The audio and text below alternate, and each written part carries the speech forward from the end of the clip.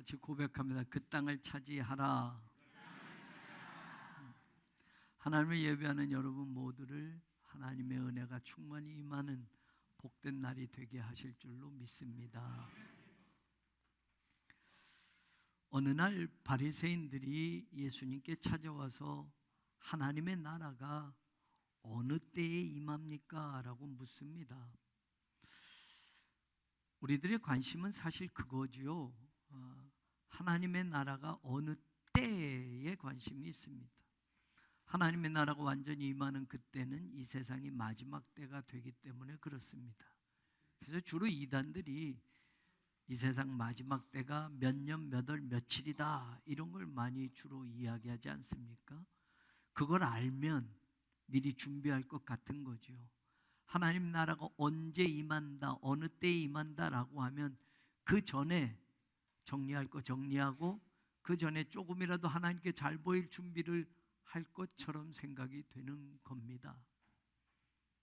하나님의 나라가 임하기 전에 우리가 무엇을 하여야 합니까? 아니면 하나님의 나라를 기다리는 우리는 어찌 살아야 합니까? 이게 관심이 아니라 언제, 어느 때라는 것이 사실은 2000년 전에 바리새인들도 그랬고 지금 요즘 우리들의 삶도 하나님의 임하시는 때, 하나님의 나라가 완전히 임하는 때, 예수님이 다시 오시는 날, 그날이 몇 년, 몇 월, 며칠이냐, 이게 사실은 관심인 경우가 많습니다.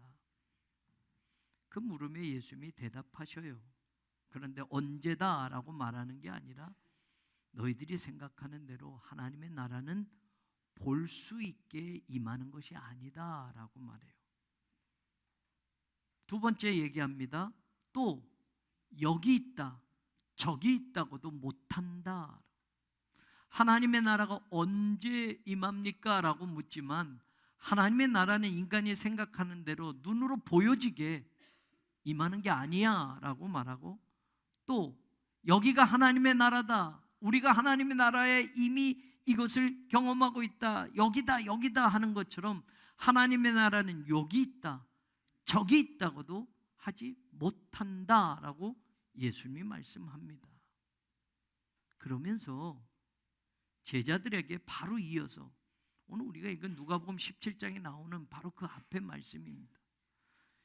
제자들에게 예수님은 인자의 날에 대해서 이야기를 합니다. 인자의 날이라는 건 예수님이 다시 오시는 그날, 그 말이 하나님의 나라가 완전히 임하는 날 같은 맥락이고 이 세상의 마지막이 되는 날, 그날이 또 뜻하는 말입니다. 인자의 날을 너희가 보고자 하지만 보지 못한다 또 이야기합니다. 하나님의 나라를 눈으로 볼 수 없다라는 것처럼 하나님의 나라를 볼 수 있게 임하는 게 아니야 라고 말하는 것처럼 인자의 날도, 예수님이 오시는 날도 너희들이 그 하루를 보고자 하지만 보지 못한다 라고 말합니다.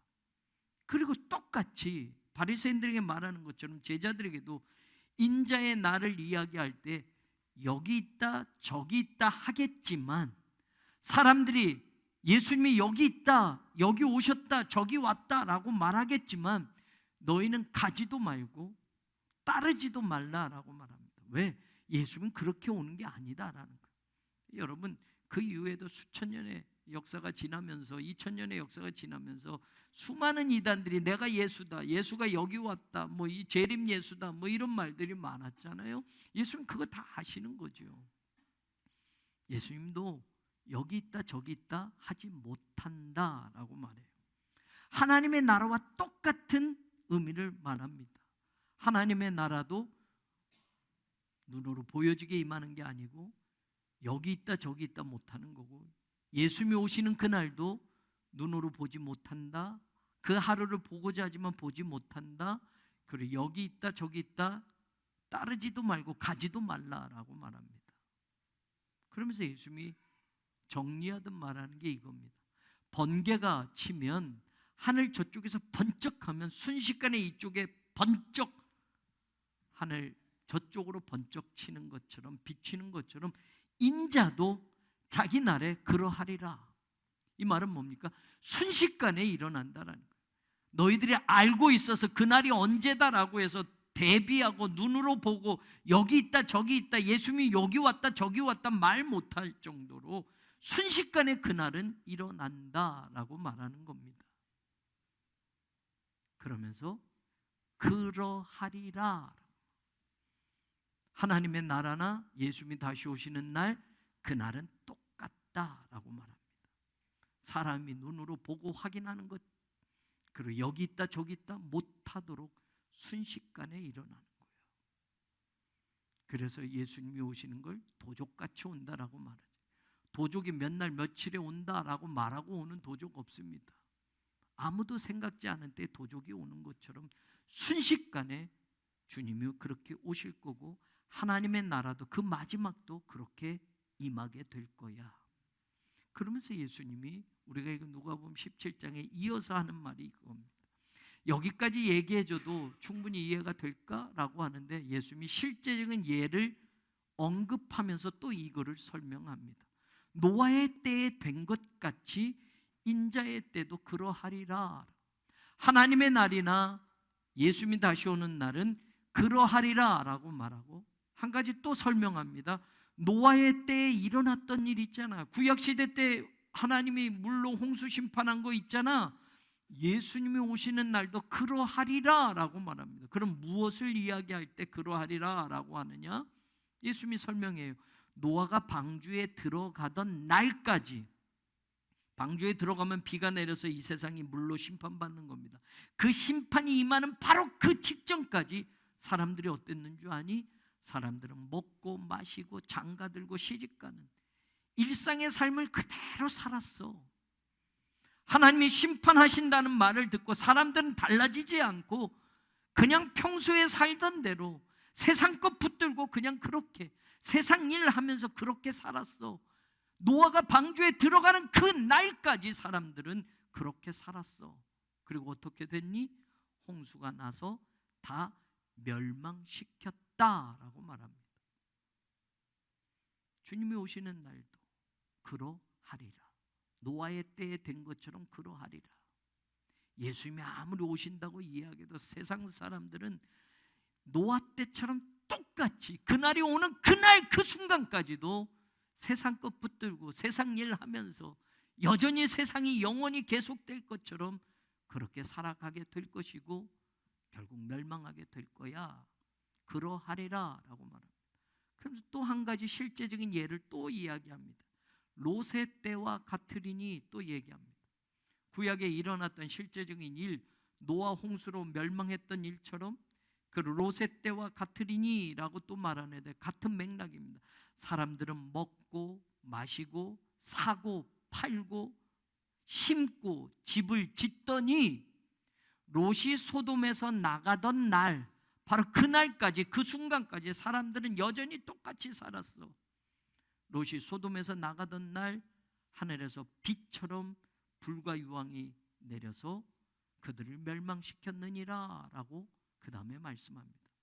그러면서 예수님이 또 말하는 게 뭡니까? 인자가 나타나는 날에도, 이 세상의 마지막 그날에도 이러하리라. It will be just 똑같다, the same, 같다, on the day. 그날은 똑같을 거예요. 어떤 날?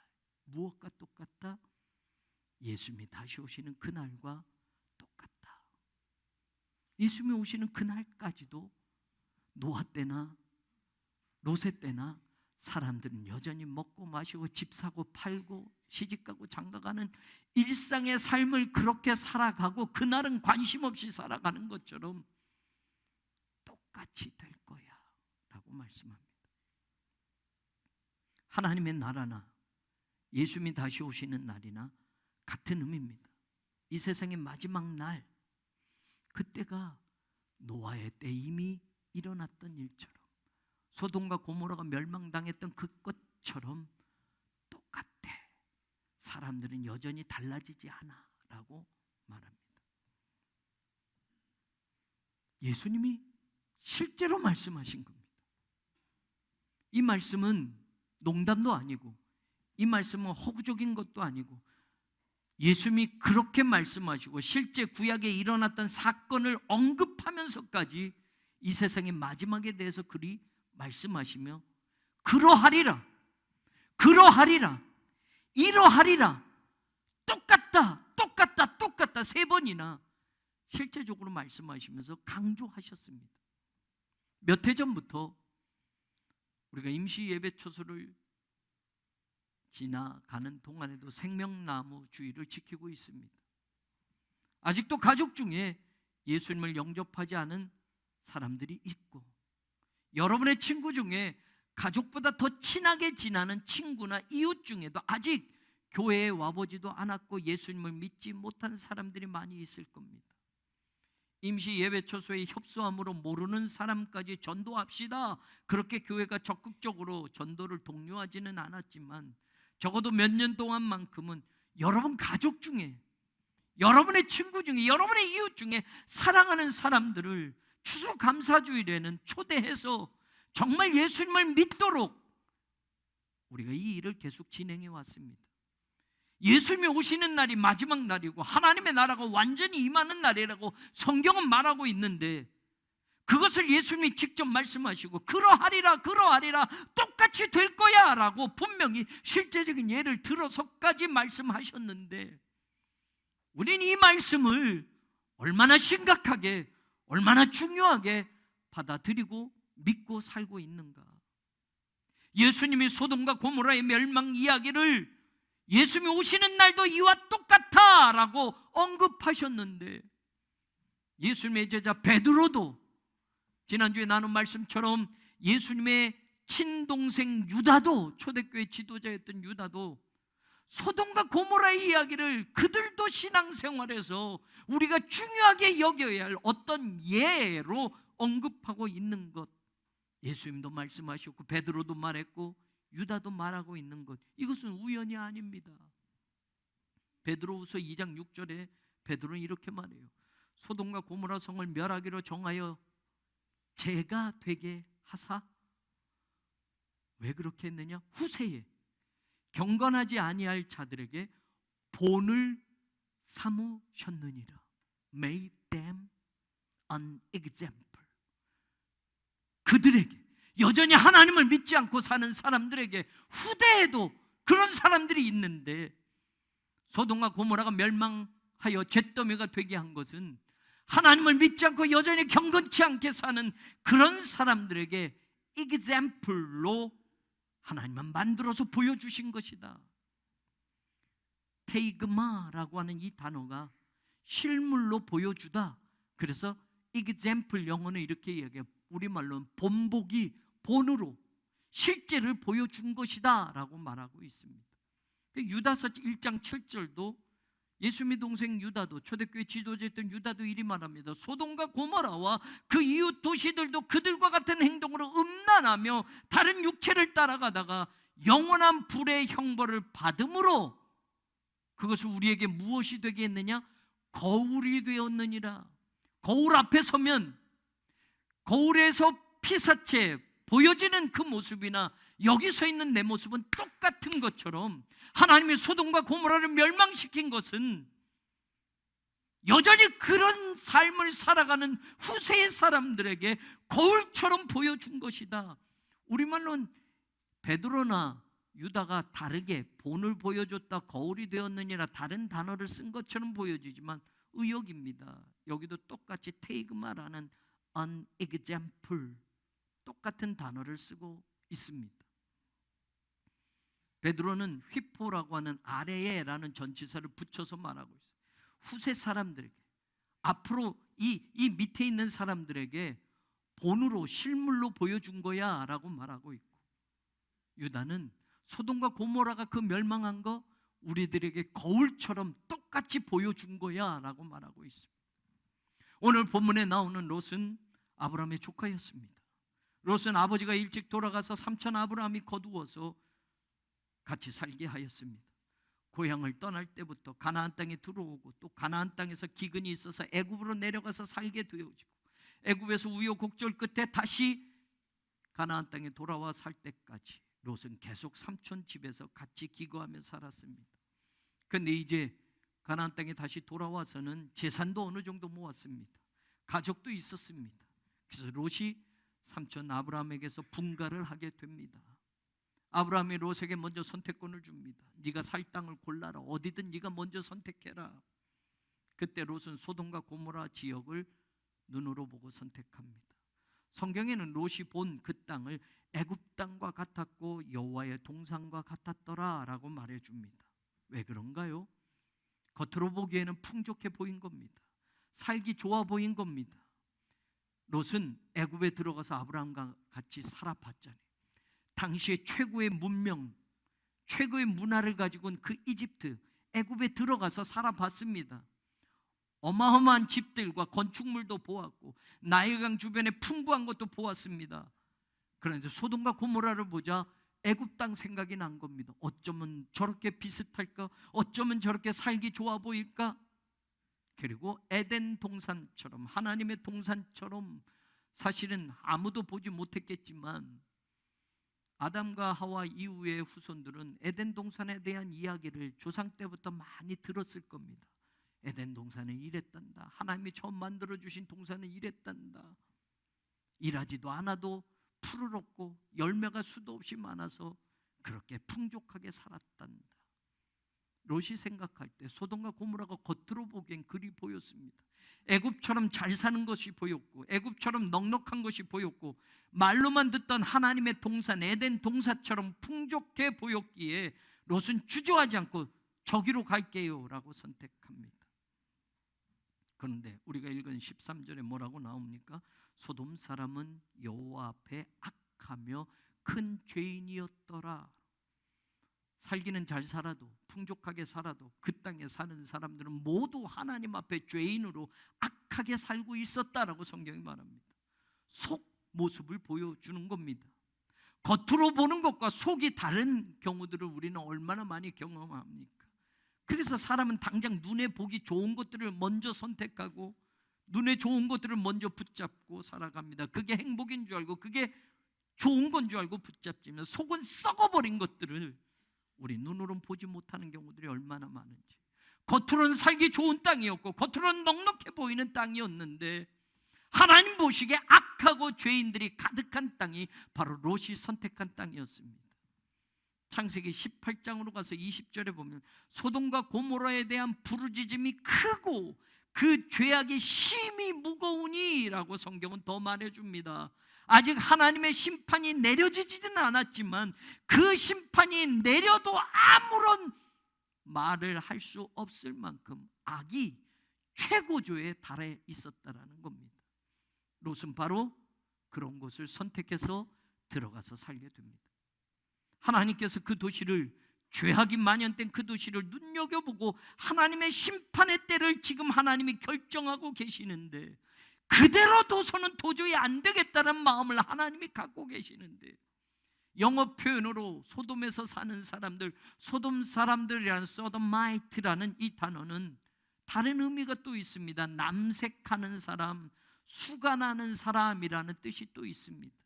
소돔 사람들, 겉으로는 소돔에서 사는 그런 사람들이지만 실제적으로 악이 팽배하고 하나님이 저주할 만큼 심판이 내려질 만큼 그들의 삶의 본 모습은 뭐냐? 동성연애, 남색하는 사람들이었고 그것도 모자라 수간, 동물들과 성적인 관계를 하는 사람들이었다라고 영어로 표현한 그 단어로도 충분히 설명을 하고 있습니다. 그만큼 악한 일들을 하고 사는 사람들 속에 롯이 들어가 살게 되었습니다. 창세기 19장에는 이제 하나님이 참으셨던 것을 거두시고 심판하시겠다고 결정을 내렸습니다. 그리고 롯의 집에 천사들을 보냅니다. 하나님의 심판을 대신할 천사들을 보낸 겁니다. 그는 천사들이 들어간 그 롯의 집에도 동네 사람들이 몰려옵니다. 지금 너희 집에 들어간 남자들을 다 끄집어내라. 우리가 그들과 상관하리라. 동성연애를 하겠다. 그들과 성적 관계를 맺겠다라고 할 정도로 동네 사람들은 롯의 집을 때려 부술 듯 덤벼들며 말하는 데에서도 그들의 완악함과 악함이 드러나고 있는 것을 볼 수 있습니다. 여러분, 요즘 우리나라에도 아무렇지 않게 이야기되는 동성관계, 연애, 성적 취향은 그 사람의 어떤 개인적인 것이지, 인권으로 보장되어져야 되는 것이지, 이것이 지금 우리나라 사회도 만연되어지고 가르치고 있고, 교회 안에도 이것들이 여러분 사랑이라는 것으로 덮어주려고 하고 있습니다. 미국 교회에는 이미 이제 동성연애, 동성에 대한 것이 죄가 아닌 것으로 결정이 되어진 것처럼 보여집니다. 강단에서도 남자를 두고 사는 목사가 설교하는 그런 교회들이 너무나 많습니다. 강단에서도 여자 목사가 나올 수 있죠. 근데 여자 목사가 집에 같이 사는 배우자가 또 다른 여자인 그런 여자 목사가 강단에서 설교해도 아무렇지 않은 그런 교회가 미국에 너무나도 많습니다.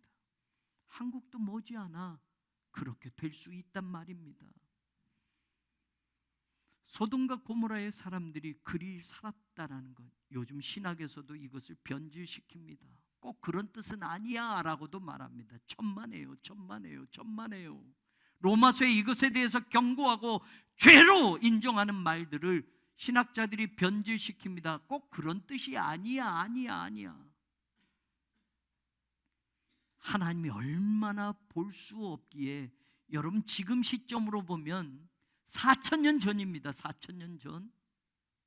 하나님이 지금까지 참고 마지막 심판을 안 하시잖아요. 그런데 여러분 4,000년 전에 이건 도저히 참을 수 없어, 그냥 이 도시 사람들 놔둬서는 안 되겠어라고 해서 하나님이 불로 심판하실 정도였으니 얼마나 타락합니까? 4,000년 전에 여러분 인간의 본성은 4,000년 전이나 4,000년이 흐른 지금이나 하나도 달라지지 않습니다. 육신의 욕망으로 사는 그 삶이, 타락한 그 삶이, 죄악이 만연된 그 습성이 여러분 세월이 지나면 좀 만연되어지고 좀 줄어들고가 아니라 더 악해지면 악해졌고 더 극렬하면 극렬해졌지. 4,000년 전에 이미 사람들은 그리 살았고 하나님은 그것을 도저히 묵과할 수 없어서 심판하셨던 겁니다. 그 땅을 심판하실 때 아브라함의 간청 때문에 하나님은 그 땅에 사는 롯을 구하려고 천사들을 보냅니다. 그리고 12절에 천사들이 와서 말합니다. 이 외에 너에게 속한 자가 또 있느냐? 너 말고, 네 아내 말고. 그래도 이 도시에서 네가 살았는데 너하고 관련된 사람 있니? 네가 아는 사람 있니? 네가 말하면 네 말을 따라올 사람 있니? 누구든지 괜찮아. 그들에게 빨리 알려서 이 성에서 도망하여 멸망함을 면하라. 이 도시 안에 네가 관계 맺고 있는 사람, 네가 알고 있는 사람, 친척이든 자녀든 이웃이건 너와 관계된 모든 사람들 또 있어. 누구든지 괜찮아. 그들을 불러라, 불러라. 천사들이 되묻습니다. 이 도시는 멸망할 거야. 하나님이 심판하기로 결정했어. 같이 멸망돼서는 안 될 사람들이 있으면 빨리 그들을 불러와라. 그들에게 이 사실을 알리고 그들과 같이 이 성 밖으로 빨리 나가서 피하라 라고 말합니다. 그런데 여러분, 롯이 그곳에 들어가서 산지 꽤 됐잖아요. 그런데 롯이 자기에게 속한 자를 찾아서 부르는데 그 장면, 그 뒤에 보면 롯이 나가서 자기 두 딸들과 이제 곧 결혼할 사익감들에게 말하는 것만 나옵니다. 평소에 그 땅에서 살았는데, 거기서 집을 짓고 살았는데, 롯은 자기가 믿는 하나님의 하자도 이야기하지 못한 인생이었습니다. 그 땅에 사는 누구에게도 믿음으로 사는 자신의 삶을 영향력을 발휘하지 못하고 그냥 살아왔던 사람입니다. 더 사람 있니? 너와 관계된 사람 또 있니? 사업상 관계되든 이웃과 관계되든 어떤 사람이든 빨리 불러서 멸망함을 면하라 라고 말하지만 정작 롯이 부른 사람은 두 딸들과 결혼할 사익감 2명밖에 없습니다. 그리 살면서도, 하나님의 기적을 체험했으면서도, 하나님의 동행함을 아브라함 곁에서 보아왔음에도 믿음이 얼마나 중요한 것임을 알았음에도 롯은 소돔과 고모라에 살면서 그의 관심은, 그의 신앙의 삶은 누구에도 영향력을 끼치지 못하는 삶으로 그냥 자기만, 자기 가족만 살아왔던 겁니다. 혹 우리는요, 흑석경에 너와 관계 맺는 사람이 있으면 다 불러라 라고 말하면 여러분들이 부를 사람이 수없이 많습니까? 아니면 내 식구밖에 없습니까? 평소에 내가 믿는 하나님의 합자도 꺼내보지 못한 인생을 살았다면 옆집에 사는 사람에게도 내가 믿는 하나님에 대해서 한 번도 말한 적이 없고 내가 가진 믿음에 대해서 한 번도 전해본 적이 없다고 한다면, 그날이 왔는데 누구든지 불러도 괜찮다라고 하는데 정작 부를 사람이 없다면, 두 딸들과 사익감이 롯이 나가서 그들에게 이야기합니다만, 이 성을 하나님이 멸한다고 한다, 빨리 이 성을 떠나야 된다. 그랬더니 사위들은 지금 농담하고 계십니까? 라고 말하고 있는 겁니다. 지금 자신의 부인이 될 장인어른이 농담하고 계시네 라고 생각했다라는 겁니다. They thought he was joking. 농담하고 계시네, 말도 안 되는 소리 하고 있네. 내가 이 도시에서 태어나서 이 도시에서 지금까지 잘 살아왔는데 왜 갑자기 이 성이 망한다는 겁니까? 왜 이 성이 불덩어리가 떨어져 멸망한다고 합니까? 말도 안 됩니다. 농담하지 마십시오. 그리고 그들은 그 성에 그대로 남습니다. 예수님이 누가복음에서 예수님이 오신 날에도 이러하리라 라고 똑같이 말씀하지 않습니까? 롯의 때로 치자면 현재로부터 4,000년 전 시간이 이전에 있었던 일입니다. 그런데 여러분, 4,000년이 지나면 사람들이 조금 하나님의 말씀에 대해서, 이미 소돔과 고모라가 그렇게 멸망했고 노아의 홍수로 이 세상에 한 번 심판받았던 것을 들었으면 사람들이 조금 달라졌을까요? 하나님을 조금 더 생각하며 살까요? 아니요. 4,000년이 지나도 달라진 게 하나도 없습니다. 사람들은 여전히 먹고 마시고 결혼하고 집을 사고 팔고 돈을 벌고 이 땅에서 영원히 살 것처럼 살아갑니다. 무슨 세상의 종말이 와, 무슨 세상의 끝이 와, 예수님이 언제 와, 하나님의 나라가 뭐 다시 임해, 말도 안 돼. 농담하지 마. 베드로와 유다가 말하듯 하나님은 소돔과 고모라를 unexample로 보여주셨는데, 예수님은 그때와 똑같이 그날이 올 거라고 분명하게 말씀해 주셨는데, 세상 사람들은 차치하고서라도 예수 믿은 우리마저도 별로 그날을 중요하게 여기지 않고 아직도 먼 훗날의 이야기로 미뤄두고 살고 있지는 않습니까? 결혼하고 집 사고 세상 일이 더 중요하게 그렇게 살아가고 있는 삶이 우리의 이야기 아닙니까? 네게 속한 자가 또 있느냐? 이 도시는 하나님의 심판으로 사라질 텐데 아직 구원의 문을 하나님이 열어놓으시고 닫지 않으셨을 때 그 문으로 한 사람이라도 더 데리고 올 사람이 있느냐? 천사를 통해서 롯에게 말합니다. 이 말씀은 여러분 오늘 우리에게도 동일하게 들려줘야 합니다. 이 말씀으로 생명과 죽음이 완전히 갈라지기 때문입니다. 사위들이 농담으로 여겨서 마지막 구원의 문에 들어가지 못하는 장면은 우리 가족의 모습일 수 있고 우리 미래의 모습, 그것을 미리 거울로 포기하는 것일 수 있습니다. 천사들이 이 말을 듣고서 롯이 어떤 행동을 하고 있는지도 우리는 오늘 중요하게 생각해 봐야 합니다. 네 아내 두 딸을 이끌어서, 이제 더 이상 없으면 네 아내와 두 딸이라도 이끌어서 이 성과 함께 멸망하지 않게 하라, 천사들이 말합니다. 여러분, 이보다 더 급박하고 이보다 더 중요하게 빨리 행동으로 옮겨야 될 말씀이 어디 있습니까? 이제 곧 멸망한다. 그래, 네 아내, 네 두 딸이라도 챙겨서 빨리 나가라 라고 말하는데 16절에 보니까 롯이 지체하매 라고 나옵니다. 이 성이 곧 멸망한다. 하나님이 내리는 불덩어리가 내려질 거야. 빨리 피해라. 더 이상 없으면 네 아내와 두 딸이라도 챙겨서 지금 나가라. 천사가 이렇게 재촉했다고 나오는데 롯은 안 움직입니다. 지체합니다. 머뭇거립니다. 반응이 느려집니다. 창세기 19장에 나오는 이 상황의 시간의 흐름을 표현하는 단어를 보십시오. 19장 1절에 보면 저녁 때에 두 천사가 소돔에 이르렀다. 저녁 때입니다. 15절 동틀 때에 천사가 롯을 재촉하였다. 23절 롯이 소알에 들어갈 때 해가 돋았더라. 그리고 24절 하늘로부터 유황과 불이 내려서 비같이 내려 소돔과 고모라가 잿더미가 되었더라. 하루도 안 걸렸어요. 단 몇 시간밖에였습니다. 그런데 이 짧은 시간에, 이 급박한 시간에 롯이 지체하고 시간을 끌고 머뭇거리고 있었다고 성경은 말하고 있습니다. 하나님의 말씀을 농담으로 알고 진실로 받아들이지 않는 태도, 또 하나님의 말씀에 지체하는 태도, 우리가 신앙생활하면서 언제나 각성하고 경계해야 할 모습입니다. 롯이 왜 지체했을까요? 지금 당장 나가야 된다고 급박하게 재촉하는 천사들의 말을 듣고 빨리 움직이지 않고 왜 머뭇거리고 지체했을까요?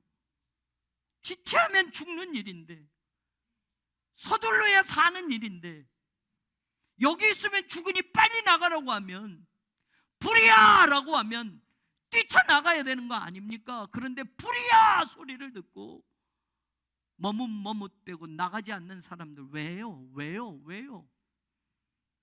생명보다 더 소중한 게 뭐가 있겠습니까? 우리가 사실 이 땅에서 살면서 경제 활동을 합니다. 돈도 법니다. 이 땅에서 집도 삽니다. 땅도 삽니다. 높은 자리에 출세도 하고 싶어, 여러분 명예도 갖고 싶어, 우리가 살면서 다 그런 일들을 합니다. 그것을 갖고 싶습니다. 그 자리에 올라가고 싶습니다. 그런데 여러분, 자기 생명과 바꿔서 그렇게 그걸 살 사람이 있습니까?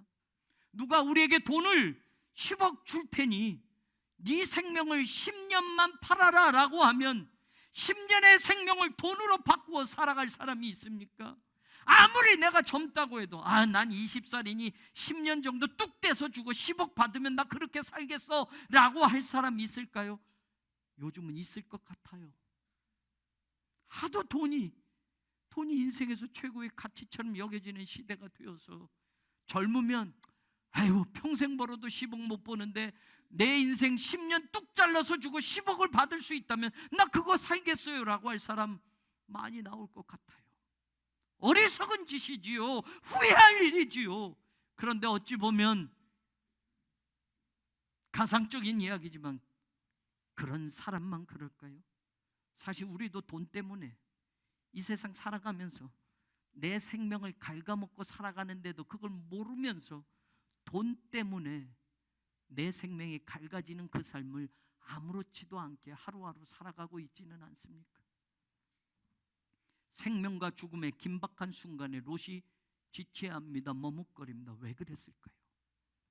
불이야! 하는데 빨리 나가야 사는데 왜 나가지 못하고 안절부절 지체할까요?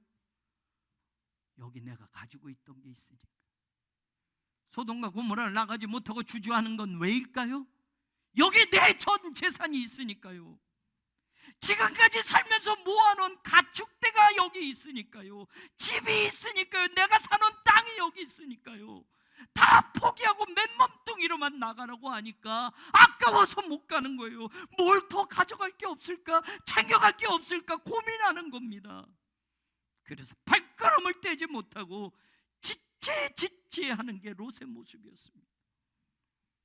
천사들이 롯과 롯의 아내와 두 딸들의 손을 잡아서 강제로라도 성 밖에 끌어다가 두었다라고 성경은 말하지 않습니다. 다들 뛰쳐나가야 하는데, 그래야 산다고 하는데, 당장이라도 달려나가야 되는데 안 나가고 지체하고 머뭇거리니까 천사들이 강제로 손을 잡아 끌어서 성 밖에 두었다라고 성경이 말합니다. 그리고 26절에 가는 길에 롯의 아내가 우리가 아는 대로 뒤를 돌아보아 소금 기둥이 됩니다. 천사들이 분명히 말했습니다. 17절 돌아보지 마세요. 들에 머물지도 말아라. 산으로 도망하여 멸망함을 면하라. 이거보다 더 중요한 게 없어. 돌아볼 필요 없어. 들에 머물러 있을 필요 없어. 빨리 가라. 왜 돌아볼까요? 뒤를 돌아보는 삶은 세상 것에 대한 미련과 아쉬움이 하나님이 주시는 구원의 기쁨보다 더 클 때 나타나는 겁니다. 하나님 준비해 두신 우리의 본향을 향해 가는데 세상에 더 머물러 안주하려고 합니다. 더 붙들고 더 쌓아놓고 살아가려고 합니다. 하나님의 나라를 향한 시선을 거두어서 자꾸 세상 쪽을 들여다봅니다. 자꾸 고개를 돌려서 세상을 향한 시선을 거두지 못하고 살아갑니다. 롯의 아내를 통해서 우리는 우리의 신앙의 또 다른 면을 직시하게 되는 겁니다. 하나님의 말씀을 농담으로 여기고 구원의 소식을 듣고도 생명에 대한 길을 들었음에도 반응하지 않았던 사람들은 롯과 아무 관련이 없는 사람들이 아니라 롯이 자기 딸들을 시집 보내려고 정한 사위들이었습니다. 다른 어느 때보다 지금 천사들로부터 들은 하나님의 계획에 대하여 더 빠르게 반응하여 움직여야 하는데 그 말씀에 대한 반응이 오히려 지체하고 늦어지고 미뤄두고 머뭇거리고 있는 사람은 소돔 사람들이 아니라 롯 자신이었어요. 들에 머무르지도 돌아보지도 말고 구원의 약속이 있는 저 산을 향해서 끝까지 가라, 그래야 생명을 보존하라 라는 구원의 소식을 듣고 그 발걸음이 앞을 향해야 하고 그 시선이 하나님의 말씀의 방향을 따라가야 하는데 발걸음을 멈추고 시선이 돌아간 사람은 소돔 사람이 아니라 다른 사람이 아니라 바로 롯의 아내였어요. 우리들 이야기입니다. 세상 사람들 이야기가 아니라 우리들, 하나님을 믿는 우리들, 하나님의 말씀을 듣는 우리들, 교회 다니는 우리들, 바로 우리들의 이야기가 오늘 성경에 나오고 있는 겁니다. 이러하리라 말씀하시는 주님의 음성이 하나님을 믿지 않는 세상 사람들을 향한 심판과 멸망에 대한 말씀만이 아니라 마지막 날에 교회 안에서도 우리 가운데서도 하나님의 말씀에 진심으로 반응하지 않고 살아가는 사람들이 있고 하나님의 말씀에 지체하고 머뭇거리는 사람들이 있고 하나님의 말씀에 고개를 돌려 자꾸 세상을 기웃거리며 시선을 빼앗겨 사는 사람들이 있다고 오늘 성경이 우리에게 말해주는 겁니다. 미루지 마십시오. 지체하지 마십시오. 돌아보지 마십시오. 생명을 향한 길에서 구원을 위한 삶의 자리에서는 어느 때보다도 서두르십시오. 어느 때보다도 재촉하십시오. 어느 때보다도 시선을 빼앗기지 마십시오. 추수감사주일이 다음 주 맞이하는 그 추수감사주일이 세상에서 돈 좀 더 벌게 해주신 것 감사하는 것으로 끝나는 날이 아니기를 바랍니다. 근본 추수감사주일이 세상의 것 조금 더 얻었음을 감사하는 날이 아니기를 바랍니다. 근본 추수감사주일은 하나님이 가장 기뻐하시는 생명을 추수하여 올리는 날이 되기를 바랍니다. 여러분 가족을, 여러분 친구를, 여러분 이웃을 꼭 한 명씩이라도 초대해서 하나님을 만나게 하는 날이 되기를 바랍니다. 미루지 마세요. 지체하지 마세요. 내년 또 이런 날이 있으면 그때 하지. 아니요. 돌아보지 마세요. 하나님의 약속된 구원을 선물로 주는 복된 날이 바로 우리 모두에게 결단되어지기를 주님의 이름으로 간절히 축원합니다. 하나님, 추수감사주를 준비합니다. 돌아보면 감사할 것이 너무 많습니다. 그런데 하나님, 그 감사의 내용들이 세상 것, 그것에서 얻어지는 감사로만 끝나지 않게 하여 주옵소서.